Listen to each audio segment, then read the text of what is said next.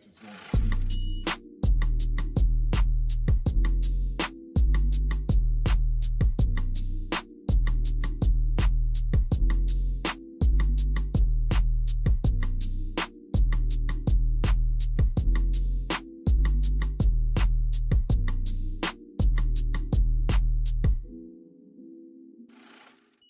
All right, any questions on this warm-up drill we were doing here, guys?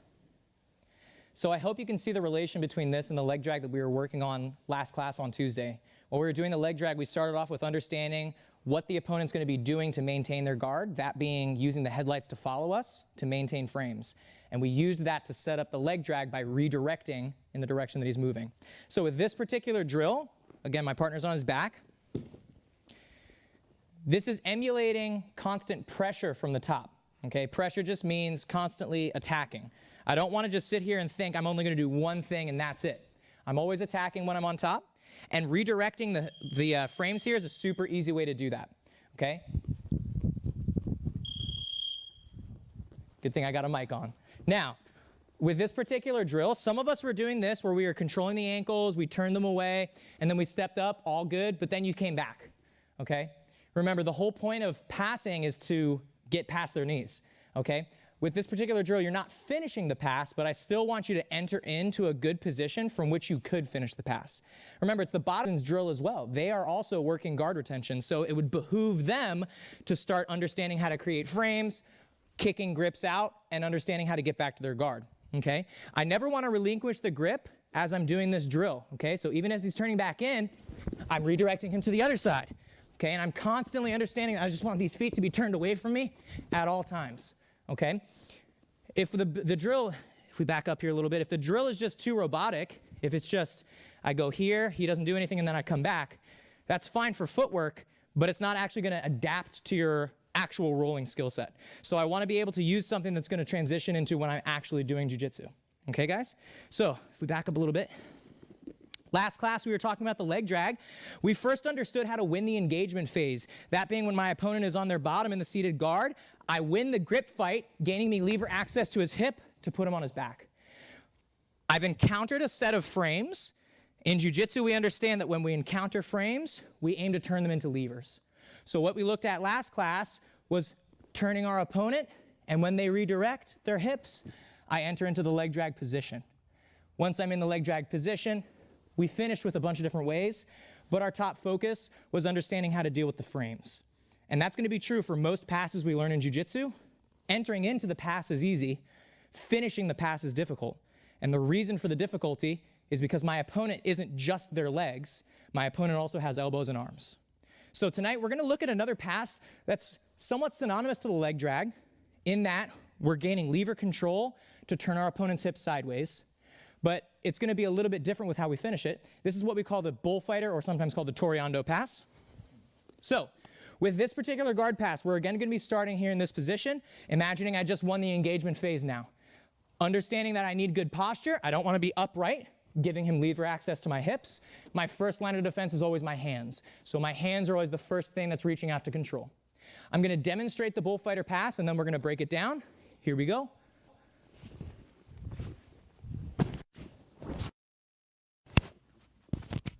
So again, with this particular pass, I'm following our concept of using my opponent's legs as levers to turn their hips away from me. Remember, if I can turn his legs away from me, this is the perfect world. His guard is now pointing over there. I'm over here. This is the perfect world because now I can just walk around his legs without fear of his guard coming back to attack me. So, just like we did with the leg drag, we're going to scaffold this. We're going to start off with the entry first. So let's talk about our grips. Now, this is kind of like your quintessential gi pass because it's really, really easy to just span this really fast from side to side, okay? Now, we could set this up from the double ankle control. However, we need to remember that controlling an ankle is going to give us control from the ankle to the knee. I want to control the knee to the hip. So we're going to adapt this grip to sliding up to the knees. We can talk about the no-gi variation, but for right now, I want to demonstrate the gi variation. I'm going to be starting off by getting pant grips on the inside of his knee.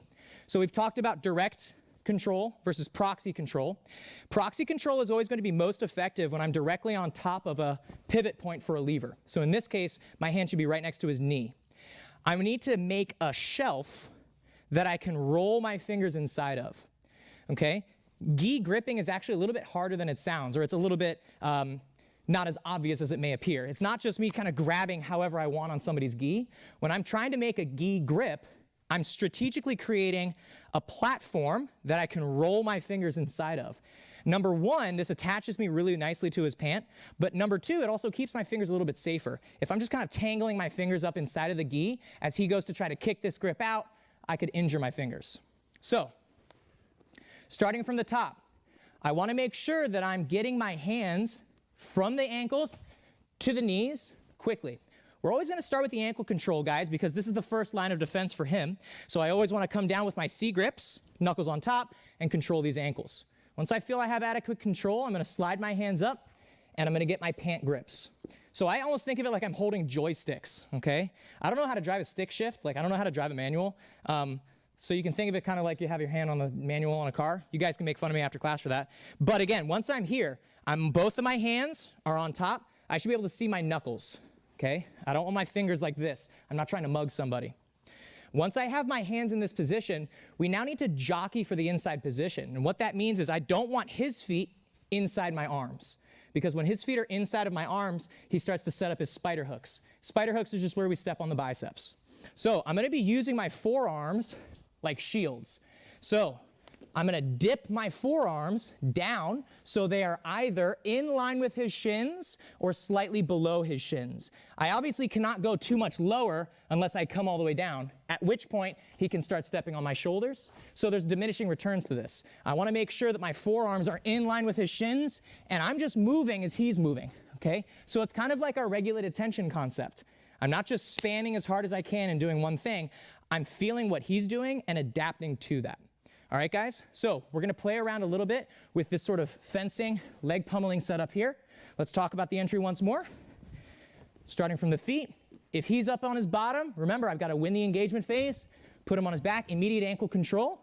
Once I'm here, I transition my hands from the ankle up to the pant grips, and my elbows find his shins. And I'm always jousting for the inside position. Okay? We're just going to start here, guys, and just go about 1 minute per partner. Just understanding how to get there, and then fight for a few seconds, and then you can switch, okay? So you don't have to fight all day, right? Just get to the inside position with your forearms inside, play around a little bit, and then switch top and bottom. I'll show one more time without talking. Here we go.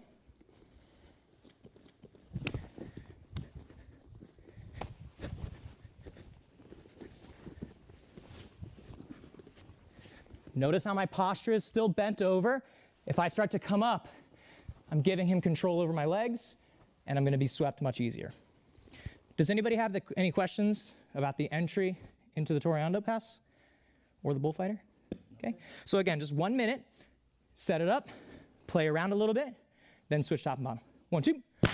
Okay, any questions on entering into the Torreando or Bullfighter pass position?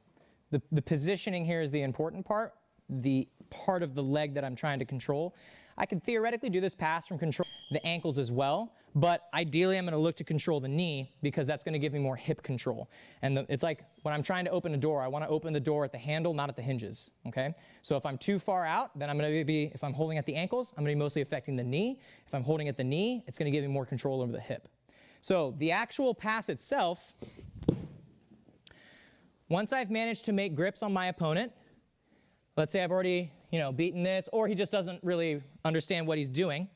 Again, I'm not planning for an opponent who doesn't know what they're doing. I'm planning for someone who understands jiu-jitsu. But let's say I've already beaten this, and it's time, I've found the trigger that it's time to start hitting the pass, okay?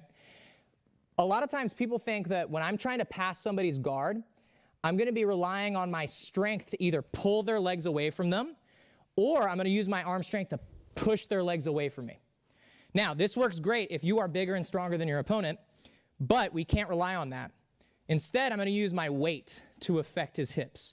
So what that means is instead of trying to push his legs away with my arms, I'm going to be walking around his legs, and I'm going to start focusing on leaning onto this far knee, okay? So I'm creating a nice strong frame, a stiff arm here, and my weight is dropping down into this far knee. This is going to be far more effective against somebody who's bigger or more skilled than I am because my body weight is essentially focused down into one small point, okay? If I'm here and I just try to push with my arm strength, that's not going to do me much good.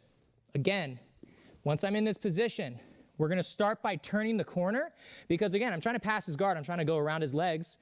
So as I walk around, I'm going to start stiff arming and forcing that far knee down onto the mat. However, notice I'm still in good base with my feet and knees farther away from him. Now, we're going to expect our opponent to maintain a knee-elbow connection on this side, okay? What we're going to do is we're going to deal with this in a couple of different ways. First, we're just going to walk around it. So he's maintaining this knee-elbow connection here. This is a frame. If I just try to drop my body weight down onto the frame, not much is going to happen. So instead, I'm going to change my body's orientation in relation to this frame, meaning I'm just going to continue walking around it until I can get my left shoulder, in this case, on his chest, okay? I'm not relieving control on these legs here until I've made contact with his upper body. And even once I've done that, I can still maintain some control on the legs just to tire his legs out a little bit. So again, we're controlling here. I start to turn the corner. I focus on the far side knee, turning that knee away. Again, our concept is to turn their knees away from us so that we can control the hips. I've encountered this frame here. I'm simply going to continue walking my body until I can put my shoulder in his chest. Now, once I've done this, I can start coming up with my knees and fitting my hips behind his hips. So it's like we're going to be basically spooning each other. My knees should fit behind his legs like a puzzle piece. The reason we want to aim to get to this position, as opposed to simply trying to hug his upper body, is because I want to keep his hips turned away and slowly work my way up his body. We talked about this with our leg drag last class. If I just pass and then immediately try to jump up to his top half, then I'm losing the control of his hips. And that might not mean much against someone who doesn't know what's going on, but against someone who has a good guard, if I give up any control of their hips before I'm able to start moving up, then they're going to start re-guarding. So again, turn the knee away. I've encountered this frame here. I'm simply going to start walking around this leg, aiming to put my shoulder that's closest to his head on his chest. Here. As soon as I do that, I'm going to kind of walk back so that my knees are right behind his hips, okay? Once I'm in this position, we're done. Our next battle is going to be the frames, which we'll talk about in a moment, okay? Of course, if my opponent's not putting up any frames, then we can just start creating back exposure, fitting in for chair sit like we know, or just starting to flatten them out to side mount. Okay, guys? So, again, slow motion. I get my grips, turn the corner, stiff arm the far leg. Here's the frame. You might get away with pushing this leg away from you, okay? Let's just all be clear on that. If this guy doesn't really know how to maintain the knee-elbow connection, I could just take this leg and shove it. But again, we're not planning for someone who doesn't know what they're doing, so I've encountered a strong frame. I drop my elbow down, or my shoulder rather. That way I can get around it. Then I start walking my legs back behind his hips. I'll show once more from a different perspective. Let's rotate. Here we go.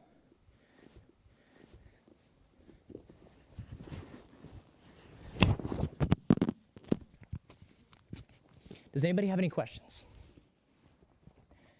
All right, guys, so let's go one for one. I'd rather you do it slowly and correctly than fast and sloppy. Okay, 1, 2. So again, this is very similar in concept to the leg drag. I'm turning the knees away and walking around the legs. It's just that now, instead of focusing on creating that sort of knee sandwich where I'm smashing their knees together, I'm focusing on keeping my shoulder heavy on their upper body while maintaining control of the legs. So let's talk real quick about frames and how we're going to have to deal with the frames when we are passing. So everything's going to be the same. So let's talk about that safety measure that we talked about last class. If I am passing your guard and you reach up and put your hand on my hip, what's going to happen to your wrist? You're going to break your wrist if I just don't like you and I drop my hips really fast on your hips. So number one, don't do that. Number two, understand why. We don't want a frame on the hip because it's dangerous, but it's also not the thing that's going to pin us down, okay? When I'm doing this bullfighter pass, my hips are not going to come down and pass his guard, okay? The shoulder is what we call the leading edge. The leading edge is the thing that's gonna actually pin him down. So he's not gonna be reaching up for my hips. If they do, please understand that you need to be careful and not suddenly drop your body weight down on top, because the danger is, as I drop my weight, if his elbow bends and his elbow make contact with the mat, now this is a lever.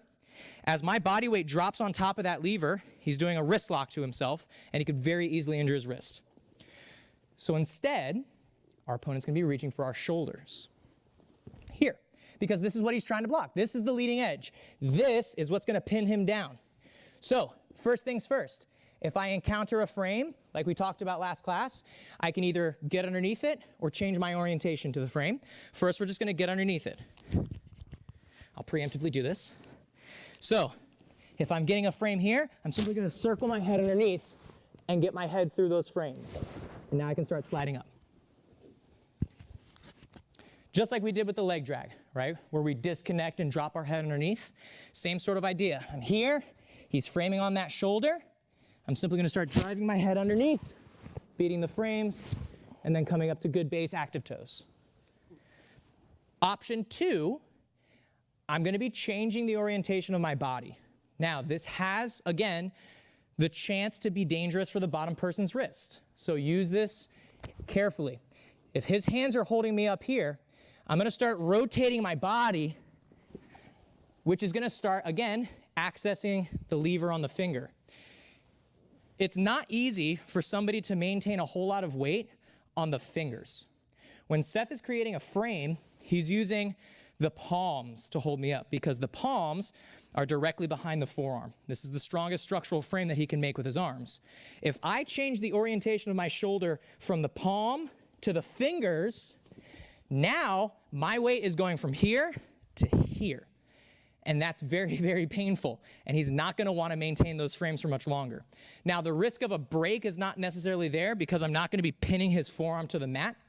I'm simply gonna be coming up top, and then his arm is gonna collapse as my shoulder touches the floor, okay? So this here is not as dangerous as this, okay? So I want you guys to play with these two options. I've turned the corner, let your partner frame. Number 1, I'm simply gonna start ducking my head underneath and getting my chest down on top of his, okay? As soon as I'm here, I can start looking for the underhook. If you remember how to turn their hips with yours, we can come up and secure the top position. Or, and do this one gently, I've encountered the frames.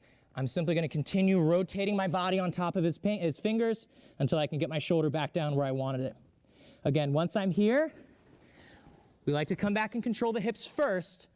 The reason for that is because if I'm here and I just suddenly let go of his legs and start running for his head, then you run into this thing, which is always a bummer, and he just reguards. So I don't wanna give him the opportunity to reguard. I wanna first control his hips. You can even come in here for leg drag, okay? But fitting in just like this, we call this the puzzle piece, is perfectly fine as well, right? We can start adding in the leg weave like we talked about on Tuesday, looking for your back takes and all that. Alrighty, guys. So one more time in slow motion. I set up the exact same Torreando. So I'm here, turn, he's framing on my shoulder. I duck my head under, getting my chest immediately down on top of his, okay? Alternatively, I'm gonna start rotating on top of his fingers and getting that shoulder down, being careful with it, not suddenly dropping my weight. All right, guys? Any questions? Okay, so nice and slow. Bottom person, you're reaching up, you're framing, and you're blocking their shoulders. Okay, ready, 1, 2. Alrighty, guys, we're gonna do one more quick round of drilling the leg drag, or excuse me, the Bullfighter pass with the Torreando. I just wanna add in one more little detail, and then I want you guys to just play around while you're drilling, try some different variations, and have some fun with it. So, coach is on his back here. Remember, the way that we're learning the leg drag here is essentially against a completely trained opponent. Once you understand how to do this leg drag, dealing with all of these problems we encounter, against someone who doesn't provide those challenges, you could just take these pieces out. So against somebody who doesn't frame, you don't have to do all that. You can just drop your shoulder down and finish the pass. Against somebody who doesn't maintain a good knee-elbow connection, you can just keep your chest down low and finish the pass. However, We want to be able to understand all of the challenges that we're going to face within the technique first before we can start taking things out and using them whenever we need them. Does that make sense, guys? Now, the last little thing I want to talk about briefly is, again, going to be a frame battle. I've been here, I've pinned this knee. Now, maybe he's framing on my shoulder, but I'm just not able to necessarily break these frames, or I'm not super confident with getting my head underneath or rotating my body. So one more option that we have available to us is this gap right here between his knee and his elbow. Remember, when we're playing guard, we're always looking to maintain a knee-elbow connection. Because he's created a frame with his right arm, his knee-elbow connection has gone. So if I'm here, I can simply put my knee on the belly and either stay in knee on belly, or better yet, start accessing that lever for knee ride. Okay? So this is one that is situational because, again, against somebody who understands a good knee-elbow connection, he's going to keep that knee tight even after that frame comes up. So his knees are going to be really tight to his body. See how tight that knee is? So there's no room for my knee to enter in. However, if he's maybe not quite as flexible and we're here, he's not really able to keep that knee tucked in, I can either place the knee here, call it a day, I pass his guard, or if you'd like to be a little bit more technical, I put the knee on and I start rotating my foot out, accessing the lever on the knee here, getting to what we call a knee ride, or you can come down for twisted mount, and then you understand all the different movements from there, taking the back, all that sort of stuff. Alrighty, guys, so again, last thing we're going to play with tonight. I'm here, I'm turning the corner, he's framing, but I notice this opening on his knee-elbow connection. I'm simply going to stick my knee in there, okay? One last note, guys, anytime I'm passing, you always have the danger of getting rolled over. Trust me, and it's not a fun thing to happen, okay? Because like you're feeling confident, you're like, done deal, got him. And then all of a sudden, because my head goes over the center line, you get swept. So just always understand that concept of the center line, guys. My center mass should never go past the center line. It's not as strict as just my head. So if he's blocking here, if my head goes a little bit past the center line, it's not the end of the world. But if my center mass, basically where your belt is, if my belt starts to go past his center line, then you have a sweep waiting for you. So always look to keep your belt essentially hovering above his belt. All right, guys, and this is just a good little rule of thumb to remember. I'll show one more time with the knee on belly variation, and then we'll finish up our last drilling round. Here we go. I see the space, 1 for knee on belly, 2 for knee ride, and then you're all set. Any questions? All right, so I hope we understand all these different battles that we're facing, okay? And we'll get right to it. Mr. Blake. Roger that. All right, guys. So let's do one more round. Taking turns. 1-1. 1-1. 1-1. 1-1. I forget how to count. Oh, yeah, 1-1. He is the giant from Game of Thrones.